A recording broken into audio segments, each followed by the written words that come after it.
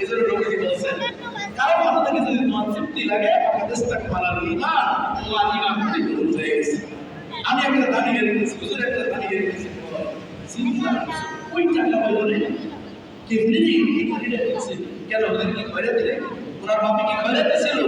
একটা খাবার মাদ্রাসা ছিল, আমার সংগ্রাম ফ্যামিলিতে আমার বাবা গভর্নমেন্ট স্কুলের টিচার ছিল।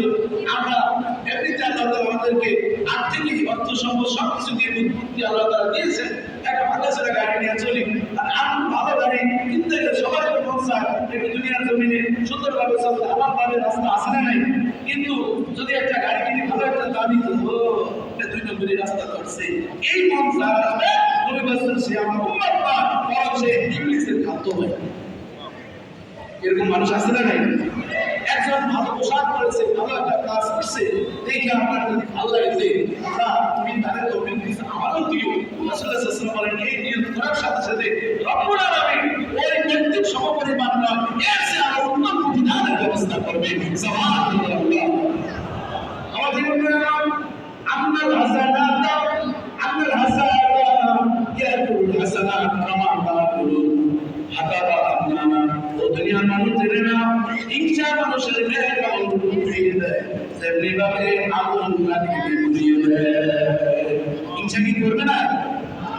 কেতা সে বলে আমি পারবো না, এটা জায়েজ আছে। ওই যে এক লোকের গল্প, ছেলেটা অর্থাৎ ভাইয়ের ছেলে মেট্রিকে গোল্ডেন ক্লাস পাইছে, মেট্রিকে বেলা ক্লাস সবাই পাই, সবাই মোটা রিক্সা চালায় যায় ও পাইছে।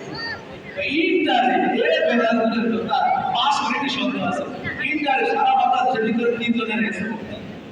এখন বলছে ইন্টার তো সব প্রথমে গল্প করে টিনের গল্প শোনা যায়, তার অনার্স ভর্তি হবে না ভালোভাবে পারবো, নরসিংদীর একটা বাংলাদেশের কলেজে সব বড় দূর ওই এলাকার যেতে পারবে। এখন দেখা যায় ওই ভর্তি পরীক্ষা ঢাকা ইউনিভার্সিটিতে ঠিকছে, এখন ঢাকা ইউনিভার্সিটি গেছে একটা ভাগ্যের বলে ওখানে যে পড়াশোনা নিল প্রথম সেমিস্টারে পাস পেয়ে দিয়েছে, করতে করতে ফার্স্ট ইয়ারে first class pass, second year master, এরপরে মাস্টার্স থাকা হচ্ছে বিসিএস দিছে, প্রথম বিসিএস এ কি ঠিক আছে আর বলতে আমি আমি শুনি না দেখি বিয়ে দিলে মনে ভালোই হতো, কয় যা বুঝছিলাম তা একটা পরে একটা খালি একশনে দিয়েছে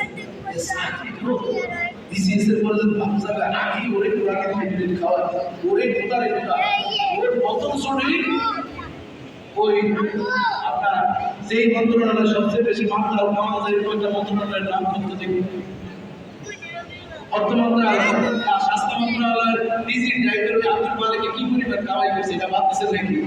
ওর বাসাটা আমার বাসার কাছে, পাটুলে মসজিদের সভাপতি সাততলা বাড়ি আছে, 3 ক্যান্টার খাবার আছে, খালি 90 টাকা রোজ দিচ্ছে, দিতে দিতে আমার বললে আর বলবো ওই ভারী মানে কিছু নেই, ওই আদর্শ ঘরের ভিতরে আইসিএ কাজ আই বই কাজ সঙ্গে গেল।